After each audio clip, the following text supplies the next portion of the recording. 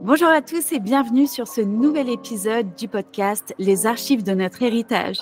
Aujourd'hui, j'ai la grâce et l'honneur d'avoir une invitée qui est assez connue dans le monde évangélique, en tout cas et dans le monde chrétien sur les réseaux sociaux. J'ai nommé Léana.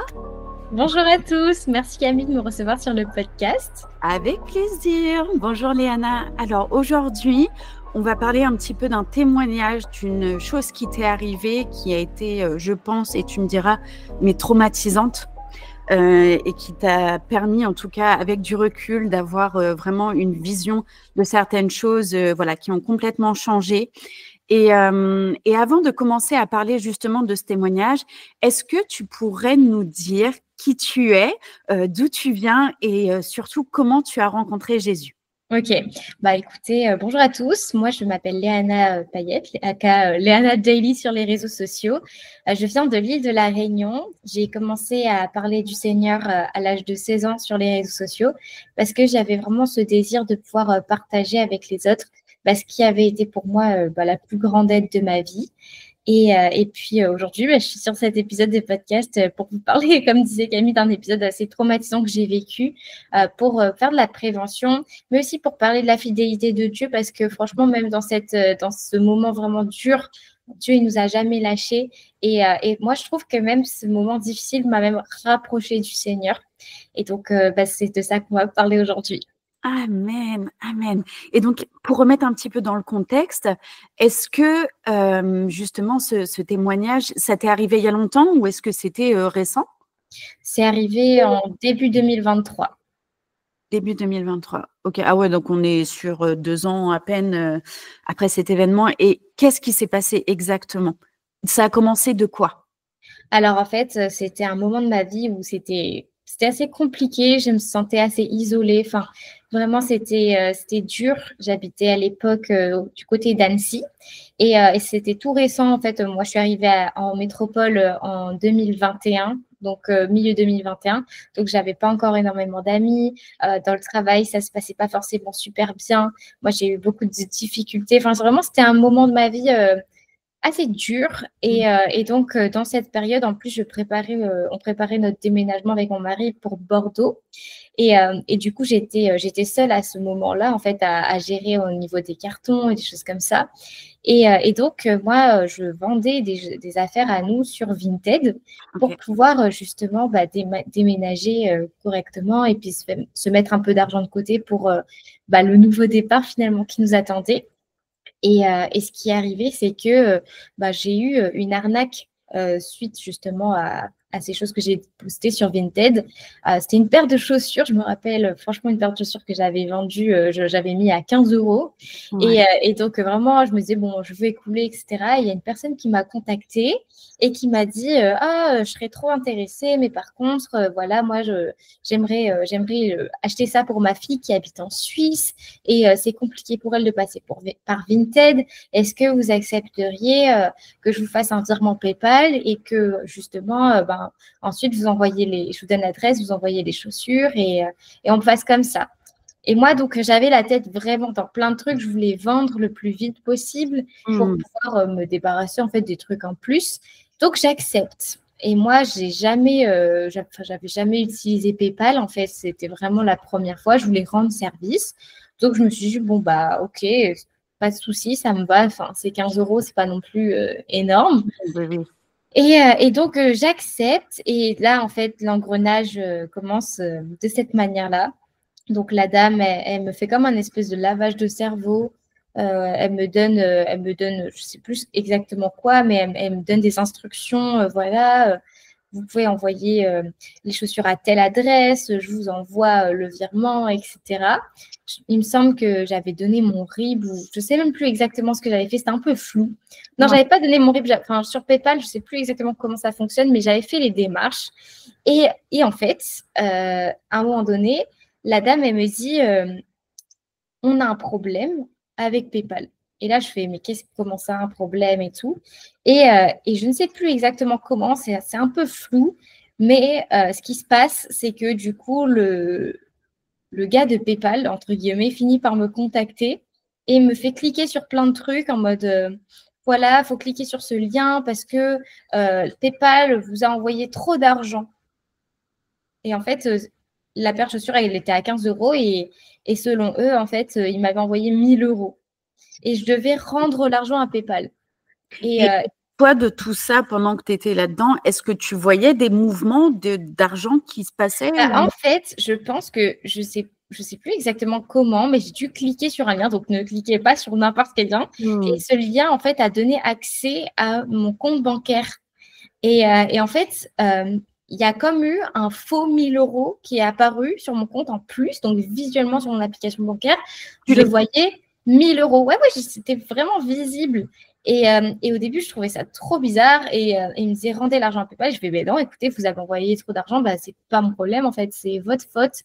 Et à ce moment-là, j'étais tellement isolée. J'avais vraiment personne à qui parler. Et donc, ce qui se passe, c'est qu'il commence à me menacer, à me dire, ben, on va envoyer la police. Si vous ne faites pas ça, vous allez payer 10 000 euros. Enfin, vraiment, il commence à me faire des menaces. Et moi, j'essaye de tenir, j'essaye de me dire non. Donc, il y a un jour qui passe, 2 jours comme ça, à essayer de me menacer.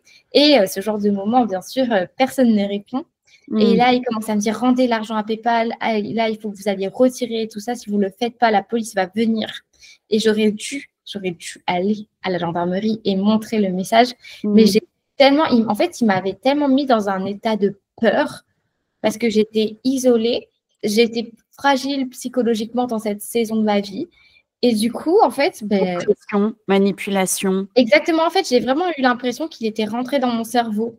Et donc, je lui dis, bon, bah, ok, pas de souci. Et vraiment, c'était de la manipulation psychologique parce qu'il me disait, mais surtout, vous ne raccrochez pas, vous restez avec moi pendant toute la manipulation. Quelqu'un qui était au téléphone en ligne. Voilà, il était en ligne. Et je pense que ça devait être même dans un autre pays. Hein. Il n'était pas en France, le gars. Donc, malgré tout, il avait un accent, etc. Donc, je pense qu'il n'était pas de France, mais franchement, c'était horrible. Et il était en ligne et il me disait, vous ne raccrochez pas, vous restez là, vous allez dans un bureau de tabac et vous retirez l'argent et vous allez dans un bureau de tabac. Et en fait, ce qui est affreux, c'est qu'à chaque fois, il y avait de l'argent en plus, genre qui réapparaissait sur mon compte. Et en fait, il disait, bah, il y a encore eu une erreur, là, il faut que vous alliez retirer encore. Et donc, je me retrouve à aller au guichet et à retirer, mais genre, j'ai vidé mon compte, j'ai jamais retiré autant d'argent de toute ma vie à coût de 1000 euros. Et franchement, en plus, on était vraiment en mode au tout début de notre vie de couple avec mon mari, on n'avait pas beaucoup d'économies. Moi, j'avais un petit travail à mi-temps dans des jobs alimentaires. Et franchement, du coup, on avait réussi à faire quelques économies pour le déménagement. Et là, je voyais tout qui partait. Et donc, sous le stress, moi, je retirais, même que je suis partie à un moment donné dans le guichet et je prends un ticket UPS, comme il dit. Moi, déjà, je ne sais même pas ce que c'est, mais je prends ça parce que j'ai peur que la police vienne chez moi. Et du coup, à un moment donné, il y a le monsieur qui me dit, mais madame, est-ce que vous êtes sûre de vouloir faire ça? Le monsieur du bureau de tabac, il me dit, vous êtes sûre que vous voulez faire ça? Il y a énormément d'arnaques. Et le gars était au téléphone et j'avais peur. Et je lui dis, oui, vous en faites pas. Je sais ce que je fais. Et donc là, je vide mon compte, 1000 euros, 2000 euros, 3000 euros, 4000 euros, jusqu'à ce qu'il n'y ait plus rien sur mon compte bancaire. Et franchement, ça fait vraiment une sensation très bizarre parce que du coup, j'étais dans un état de stress, un état de panique. J'étais toute seule, vraiment personne que je pouvais contacter. Quand j'ai voulu, quand les gens ont finalement répondu, c'était trop tard en fait. Vraiment, j'ai appelé tout le monde. J'ai appelé mes parents, j'ai appelé mon mari, j'ai appelé ma famille. Et comme par hasard, ce jour-là, personne n'était là. Et donc, je me retrouve comme ça, sans argent en fait, vraiment. Je vais au commissariat parce qu'au moment où forcément les gens ont répondu, ils m'ont dit d'aller au commissariat. Et là, j'arrive en pleurs et je leur dis, écoutez, je ne sais pas ce qui se passe. Il y a ce monsieur, je montre les messages et tout ça. Il m'a pris tout mon argent et il m'a menacé en me disant que si jamais je ne lui donnais pas, j'allais aller en prison et tout. Et donc, la police me dit, en fait, vous n'auriez jamais dû aller donner votre argent parce que là, le problème, c'est que vous avez retiré manuellement. Donc, en fait, on peut rien faire pour vous. Voilà, on ne peut rien faire pour vous. Et après, moi, j'étais en train de pleurer dans son bureau et il me dit, mais si ça peut un peu vous rassurer, dites-vous qu'aujourd'hui, il y a un monsieur, il a perdu 40 000 euros avec la même arnaque que vous. Donc, j'étais toujours en train de pleurer, mais j'ai un peu relativisé quand même. Je me suis dit, bon, Seigneur.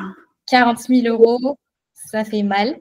Moi, c'était 4 000. 4 000, c'est déjà énorme hein, parce que c'était toutes mes économies. Mais franchement, 40 000 euros, quand j'ai entendu ça, je me suis dit, OK, Jésus, c'est limité. Ouais, voilà, tu vois, je me suis dit, c'est beaucoup plus facile de rebondir sur un 4 000 euros qu'un 40 000. Parce que 40 000 euros, je me suis dit, ça se trouve, c'est les économies de toute sa vie. Ouais. Alors que moi, voilà, je suis encore au tout début. Enfin, je veux dire, l'argent, ça vient sa part. Et on met pas. Enfin, moi, je trouve que notre sécurité, elle est avant tout en Jésus. Donc, voilà, même si c'était horrible, franchement, ce jour-là, je me suis dit, bon, OK, Seigneur, merci que ça n'a pas été plus. Ouais. Et donc, je repars. La police me dit qu'elle ne peut rien faire. Et là, en fait, dans mon cœur, je ressens de l'injustice. Hein. Je me dis, mais Jésus, franchement, moi, je suis fidèle. Vraiment, j'essaye de faire toujours du mieux que je peux. Je te sers, je t'aime et tout. Pourquoi, ça m'arrive, tu vois? Tu vois, en plus, que c'était vraiment les 2 plus dures années que j'ai vécues depuis très longtemps parce que l'isolement, parce que changer de culture, aller dans un endroit où tu connais personne, enfin, vraiment, en plus, entrer dans le monde du travail, c'était une période où, voilà, moi, je finis mes études, mon premier job, au bout de 2 mois, je démissionne parce que harcèlement moral, enfin, vraiment, il m'était arrivé plein de galères et je comprenais pas parce que je me suis dit, mais qu'est-ce que j'ai fait pour mériter ça un peu, tu vois? Et puis, pas de réponse. Vraiment, mon mari, il essaye de me consoler comme une petite bichette. Oui. Lui aussi, il était en PLS, mais il essayait vraiment de montrer bonne figure en mode, bon, voilà, on va maintenant, rebondir, etc. Tu vois, ce qui est fait, mais le Seigneur, il prend soin de nous et tout. Wow. Et c'était vraiment, il faisait tout ça à distance parce qu'il était en voyage d'affaires, donc pour le travail. Donc, pas disponible avec moi pour me consoler. Mais j'essaie quand même de relativiser, tu vois, et de me dire, OK, Jésus, il m'est arrivé ça, mais je ne suis pas seule, tu vois. Donc, ma famille, ils sont là, mes parents, ils essayent de nous aider comme ils peuvent, ils nous envoient un peu d'argent pour remettre de l'argent sur notre compte parce qu'on n'avait plus rien. Merci Jésus pour les parents. Amen. Et tu sais, le dimanche, je vais à l'église. Et tu sais, quand il t'arrive des trucs comme ça, tu n'as pas trop envie de louer Jésus, tu vois. Honnêtement, moi, j'étais là, un peu compliqué. Franchement, j'étais un peu fâchée, j'avoue. Un peu dans l'incompréhension. Mais je me dis quand même, bon, je vais y aller à l'église. Parce que franchement, il y avait ce verset qui me venait en mode, Seigneur, dans la difficulté comme dans les moments de joie, tu sais, on va te louer, que ma bouche te loue, quoi. Parce que je t'aime pas en fonction de ce que tu me donnes, mais je t'aime pour qui tu es. Et franchement, je l'ai vraiment vécu en mode épreuve, c'est quand ta foi est mise à l'épreuve, quand vraiment tu passes par le feu, c'est là que tu sais pourquoi tu aimes Dieu. Et c'est là que tu vois tes vraies motivations. Et donc, je vais à l'église. En plus, tu sais, c'était vraiment une petite église, on était 15. Vraiment, on est là. Du coup, tout le monde se connaît. Il y a ma mamie de cœur qui me voit et elle remarque que ça va pas trop bien. Donc, je lui explique ce qui se passe. J'essaye, malgré tout, tu vois, la louange, j'essaye de me dire, OK, Jésus, je vais te louer. Et franchement, c'était puissant parce que quand tu loues Jésus, quand tout va bien, là, c'est facile. Mais là, j'ai vraiment ressenti le truc de, OK, qu'est-ce qu'elle vaut ta louange quand tu es dans le pétrin, tu vois, quand tu es dans le caca, là, qu'est-ce que ça vaut ta louange? Est-ce que tu vas vraiment louer Dieu de tout ton cœur? Et donc, je me mets à louer le Seigneur, à chanter des trucs. Je te loue, Seigneur, parce que tu es bon, parce que tu es fidèle, à dire des choses comme ça. Il y a le message, puis après, tu vois, ça se termine. Et tu sais, vraiment, je ressentais la paix de Dieu parce que je me suis dit, en fait, Seigneur, typiquement, c'est ça, te louer en toutes circonstances. En toutes circonstances, tu es bon. En toutes circonstances, tu ne faillis pas. En toutes circonstances, tu veilles sur tes enfants. Et c'est assez bizarre parce que moi, ça m'était jamais arrivé, tu sais, d'être dépouillée, tu vois. Enfin, merci Jésus, on avait un toit sur la tête, etc. Mais tu vois, quand Dieu il te dit dans la Bible qu'il prend soin de des petits oiseaux dans le ciel, qu'il prend soin de ses enfants et qu'il les abandonne pas, tu sais, tu lis ça, tu te dis, oh, c'est joli, tu vois. Mais quand tu n'as plus d'argent sur ton compte bancaire et que tu lis ça, tu te dis, OK, je le prends par la foi. Par la foi, Seigneur Jésus, tu prends soin de nous. Par la foi, Seigneur, tu ne nous abandonnes pas. Et franchement, c'est c'est fou parce que dans cette semaine, tu vois, c'était arrivé le vendredi. Non, c'était arrivé le mercredi, ce truc de l'arnaque. Le dimanche, j'étais à l'église. Et franchement, Dieu est bon parce que avec la famille, avec des gens qui ont à cœur de nous aider, bah, on a récupéré 80% de ce qui nous avait été volé, tu vois. Mais tu vois, Dieu a vraiment été fidèle.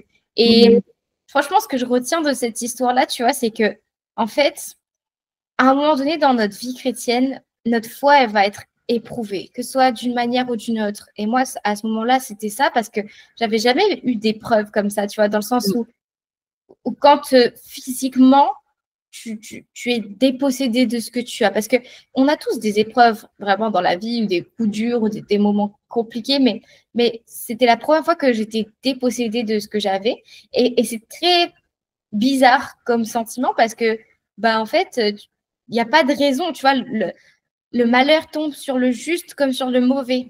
Et parfois, en tant que chrétien, on peut se dire, non, mais moi, je suis bon, je donne ma dîme, j'aime le Seigneur, je suis droit dans mes bottes, il ne m'arrivera pas de malheur. Et bam, tout d'un coup, la maladie. Et bam, tout d'un coup, tu vois, il t'arrive des soucis, bam, des problèmes d'argent dans ton travail, ça ne va pas, etc., tu vois. Et moi, ça m'a vraiment appris une chose, c'est que si tes fondations en Jésus, eh ben, elles ne sont pas solides, ancrées sur le roc, bah, s'il t'arrive des choses comme ça, tu peux très vite te détourner de Dieu parce que ta vision du Seigneur n'est pas bonne. Et je crois que, en fait, notre amour pour Dieu ne devrait jamais dépendre de ce que l'on a ou ce qu'on n'en a pas. Ouais. Donc ça, c'était ma plus grande leçon, tu vois, de ce moment-là. Et franchement, moi, je l'ai vécu comme un viol psychologique. C'était très, très dur. Ça m'a mis plus d'1 an pour me relever de ce truc-là. Le Seigneur m'a donné la force une semaine après de faire une vidéo dessus parce que, en fait, je refusais de me dire que l'ennemi allait gagner. En fait, je me disais que même si j'avais vécu ce moment, même si j'étais encore traumatisée, tu sais, genre, j'avais comme envie de dire, Jésus, tu es glorifié dans cette situation. Et pour moi, le fait de faire une vidéo, un témoignage sur ça, sur ma chaîne YouTube et de mettre Dieu en avant malgré le traumatisme que je venais de vivre, c'était comme dire au diable, ferme ta bouche, le Seigneur a déjà gagné, tu vois. Amen. Et franchement, je crois que ce genre d'épreuve, en fait, ça peut vraiment nous propulser dans notre relation avec Dieu aussi parce que on a besoin d'actions concrètes des fois de la part de Dieu. On a besoin de voir la main de Dieu agir, mais comment Dieu peut agir quand tout va bien, tu vois? On a besoin aussi d'épreuves pour voir le Dieu qui libère. On a besoin, quelque part, comment tu peux expérimenter le Dieu qui guérit si tu n'es pas malade ou que tu n'as pas de personne malade autour de toi? Comment tu peux expérimenter le Dieu qui restaure si tu n'es pas brisé ou si tu n'as jamais d'épreuves qui te brisent, tu vois? Et je pense que notre foi est étirée, notre foi est plus profonde quand on ressort de ce genre d'épreuves parce qu'on a vécu le feu, tu vois. Et notre témoignage aussi est plus impactant pour les gens du monde parce que un chrétien qui n'a jamais vécu d'épreuve, finalement, qu'est-ce qui fait la différence dans sa vie, tu vois, vis-à-vis des autres personnes? Ouais, c'est dingue. Franchement, c'est dingue ce que tu racontes parce que je suis en accord à 100% avec toi. Alors déjà, sur le fait que ce que tu as dû vivre a été, je pense, comme tu disais, un viol et c'est un traumatisme vraiment réel sur ta confiance en toi puisque sur ta culpabilité, tu te remets en question. Et si j'avais pas fait ça, et j'aurais dû agir autrement, et puis là, ça aurait dû mettre la puce à l'oreille. Et en fait, des fois aussi, le diable vient derrière pour culpabiliser, pour dire, OK, ça s'est fait, mais tu as vu quand même, là, tu n'étais pas très intelligente de faire ça, puis là, tu n'aurais pas dû faire ça. Et en fait, mais c'est du pia-pia hein, qui vient complètement te faire du mal. Et ce que je trouve trop beau, c'est qu'en fait, le Seigneur change le mal en bien. Et déjà, ce que tu as vécu, alors oui, financièrement, c'est une chose. Et merci Seigneur, il a redonné, à hauteur pratiquement de 80%, mais quelle grâce, parce que c'est quand même un très gros montant. Mais vraiment, et surtout, au niveau de toi et ta relation, comment, par cette épreuve, et tu le dis si bien, en fait, le diamant qui passe par le feu hein, pour briller, à combien même, nous aussi, en tant que chrétiens, on a besoin de passer par ça pour se rapprocher de lui, pour vivre avec lui une relation beaucoup plus fusionnelle, beaucoup plus forte. Et c'est aussi c'est aussi par là qu'on commence à avoir confiance aussi en lui. Quand on est obligé de se dépouiller et de dire, de toute façon, tu veux que je fasse quoi? J'ai plus rien. Donc, bah, je vais marcher par la foi et je vais te faire confiance. C'est Et vrai. c'est trop beau et merci Seigneur. Alors, Gloire à Dieu. ouais, vraiment, je te dis pas ça mais merci Seigneur pour cette expérience. Mais c'est vrai, comme tu disais, en fait, la foi, elle est éprouvée aussi parce que tu peux pas marcher par la foi si tu vois exactement ce qui se trouve devant toi aussi, tu vois.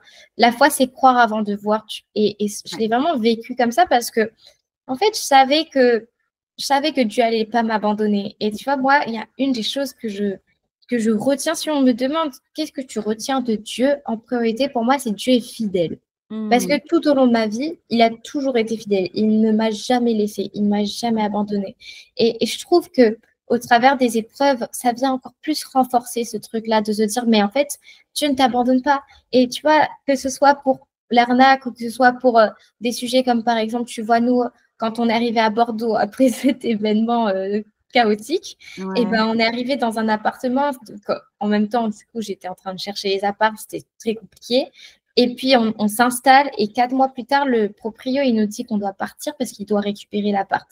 Donc, tu vois, genre vraiment, je pensais enfin arriver dans un truc de « Ah, ouf, tu peux souffler, ça va mieux, tu prends tes marques et tout. » Et puis, 4 mois plus tard, tu apprends que le chaos, tu dois repartir. Et tu vois, je crois que le fait d'avoir vécu ce truc de l'arnaque et d'avoir vu la main de Dieu, encore une fois, je me suis dit, OK, Seigneur, mais cette fois-ci, on ne marche pas par la vue, on marche par la foi. Et je me rappelle que quand j'ai eu la nouvelle du proprio, bon, j'étais un peu choquée, tu vois, comme tout le monde, j'ai ce truc de, mais quoi, what, pourquoi c'est injuste et tout ça. Et puis, tu sais, genre, 1 heure après, je me suis ressaisie et j'ai fait une story, tu vois, et je me suis dit, OK, j'ai fait une story. Pourquoi? Parce que je voulais le déclarer publiquement avant que le miracle n'arrive. J'ai déclaré devant les gens, j'ai dit, vous savez quoi? Là, on a eu un message du proprio, on doit partir. Mais je prends vraiment ce truc par la foi, cette nouvelle par la foi, et je déclare que le Seigneur va pourvoir et qu'on aura mieux que ce qu'on est en train de laisser. Amen. Et franchement, c'était dur hein, parce que, honnêtement, tu sais, genre, tu crois, mais tu as toujours le doute un peu en mode. Les jours, les semaines passées, tu dis, là, ouais, Seigneur. C'était tellement dur de trouver un appart déjà pour la première fois. Il y a des gens qui me disaient, nous, on a attendu 1 an avant de trouver. Mais par la foi, tu vois. Et tu sais, genre, quand tu as cette nouvelle, quelle que soit la nouvelle, quelle que soit la difficulté, ben, en fait, la foi te demande aussi de lâcher prise. Et lâcher prise, ça ne veut pas dire ne rien faire. Parce que moi, j'ai continué à être dans l'action, mais tu vois, mon cœur, il n'était plus dans l'inquiétude. Ouais. J'ai choisi de plus être dans l'inquiétude et me dire, Seigneur, comme tu avais pourvu, comme tu as pris soin de nous il y a quelques mois, et ben, tu le feras encore. Et 2 semaines plus tard, on a trouvé un appart plus grand et plus proche de la ville, tu vois. Et pourtant, Bordeaux, pour ceux qui connaissent, Bordeaux, c'est Paris. Enfin, c'est comme Paris. Compliqué. Ouais, franchement. Et puis, en plus de ça, tout est rentré dans l'ordre parce que c'était l'école. J'allais commencer l'école biblique quelques semaines après. Il y avait plein de questions à se poser parce que j'habitais loin, on n'avait qu'une voiture et tu vois, genre, c'était compliqué. Et l'appartement, je pouvais aller à l'école biblique à pied. Genre, vraiment, c'était tout proche des transports en commun. Enfin, vraiment, Dieu a tout orchestré.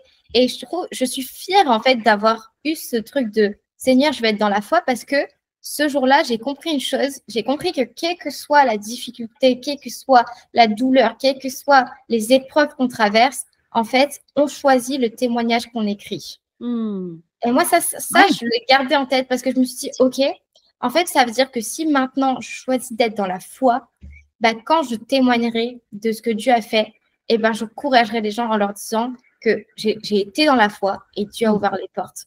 Et je crois que on peut être dans ce positionnement. Quel est le témoignage que tu as envie d'avoir, en fait? Oui, c'est ça. Et c'est vraiment un choix personnel. Tu peux te retrouver face à une situation.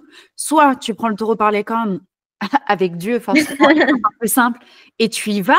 Et dans ce cas-là, tu combats et tu prends la décision que ça ne sera pas mauvais pour ta vie et au contraire. Soit tu prends la décision de déprimer et de rentrer dans un système de ressasser régulièrement toujours le même problème sans jamais au final t'en sortir. Et ça, comme tu le dis, en fait, c'est vraiment un choix. C'est pas un choix évident, mais franchement, j'ai jamais été déçue par Dieu.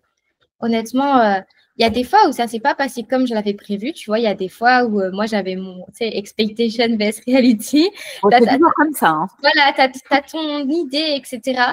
Mais j'ai jamais été déçue par Dieu parce qu'il m'a toujours donné au-delà de ce que j'imaginais, même si le chemin était différent. Dieu, il nous donne toujours ce qui est bon pour nous. Et je crois que ça fait partie aussi des choses qu'on doit retenir de la part du Seigneur, c'est que si on vit des épreuves, si on vit des choses difficiles, c'est jamais pour nous punir que Dieu permet ça. Franchement, moi, je sais que Dieu, ça lui a fait mal au cœur. Hein. Franchement, de me voir dans cet état en PLS, rouler en boule, en train de pleurer parce que ton compte est vidé, tu vois. Ça fait pas plaisir au Seigneur, mais je crois sincèrement que Dieu voit au-delà de ça et il savait que ça allait nous rendre plus forts. Ça allait nous rendre plus proches de lui. Et c'est ça que Dieu regarde en priorité. Et je crois aussi que Dieu ne permet jamais que quelque chose nous arrive et qu'on soit incapable de le surmonter. Dieu nous permet toujours qu'on ait des épreuves proportionnelles aussi à notre force et proportionnelles à ce qu'on est capable de faire, tu vois. Il savait que si je vivais ça à ce moment précis de ma vie, c'est que j'étais équipée pour m'en sortir, équipée pour pouvoir y arriver.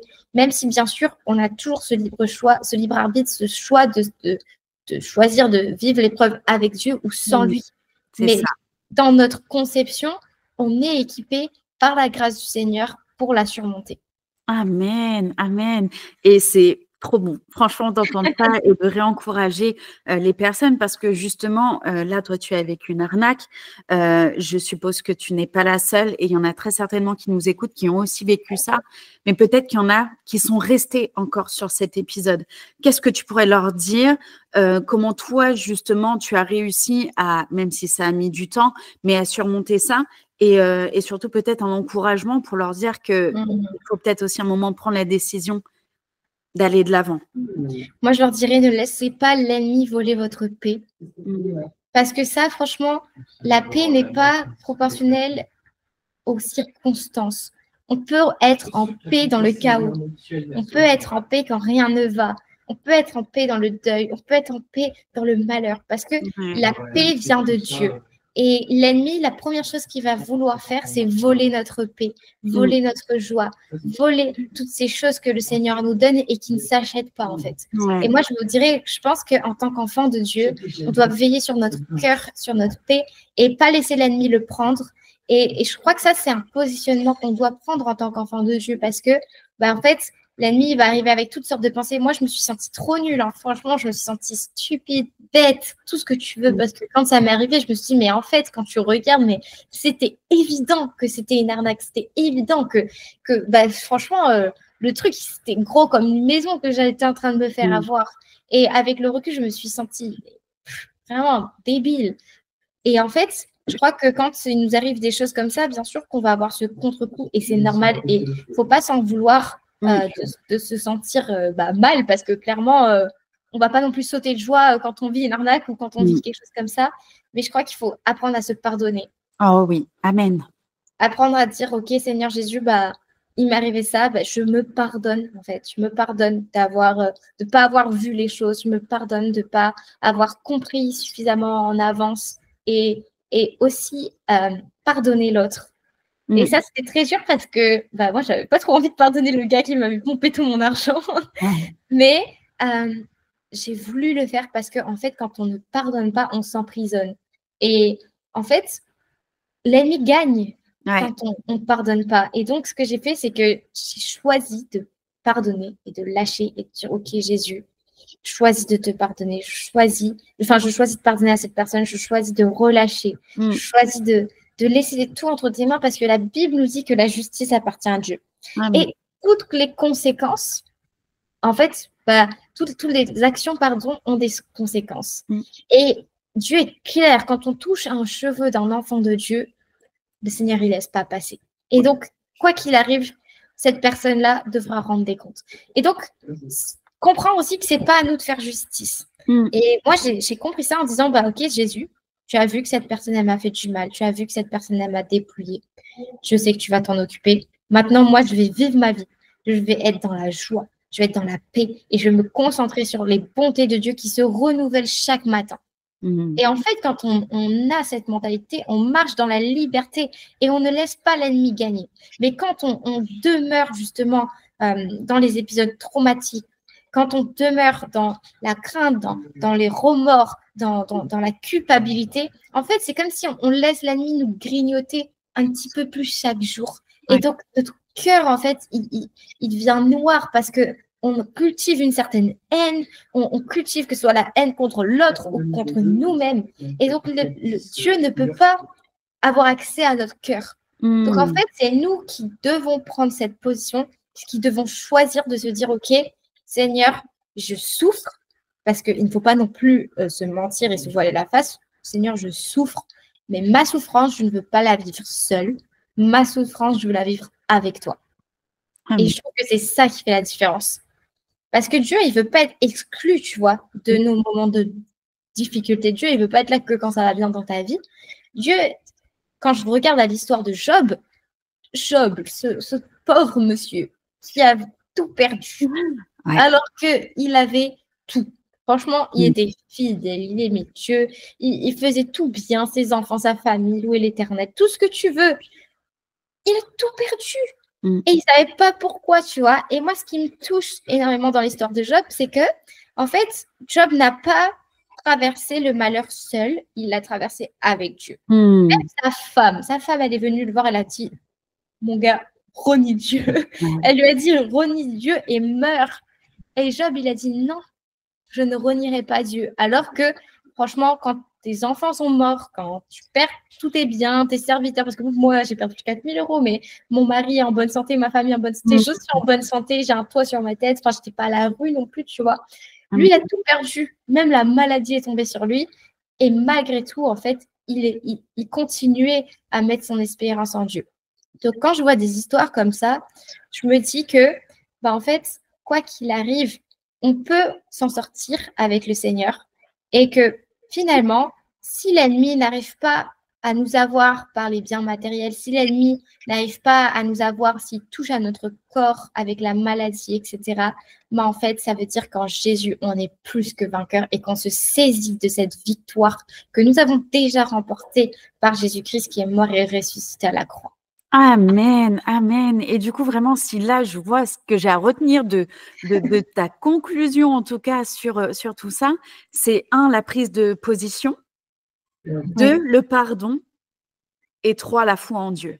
Exactement. Et je pense sincèrement que si on va dans ces étapes-là, on peut vraiment s'en sortir et au final que ce ne soit plus un sujet de souffrance, mais un sujet de témoignage, de voir la grâce de Dieu sur cet événement. Bien sûr. Bien sûr. Et je peux juste rajouter une chose aussi, c'est que c'est normal de souffrir. C'est normal d'en vouloir aux personnes.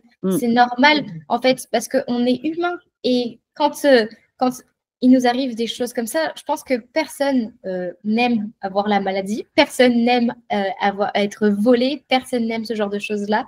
Mais je crois aussi que, en fait, notre identité d'enfant de Dieu est affermie dans ce genre d'épreuve aussi, parce qu'on comprend une chose, c'est que finalement, même si l'ennemi s'acharne sur nos vies, même si on nous prend tout ce qu'on a, personne ne pourra jamais nous prendre Jésus. Amen. Amen, ouais, amen, amen. Et je pense qu'il sera toujours avec nous et ça, c'est vraiment un point d'honneur, en tout cas, qui nous fait, c'est de jamais nous abandonner et au contraire de nous permettre de se relever en ayant tellement plus que ce qu'on a pu croire perdre, en tout cas, durant ces épreuves. Waouh!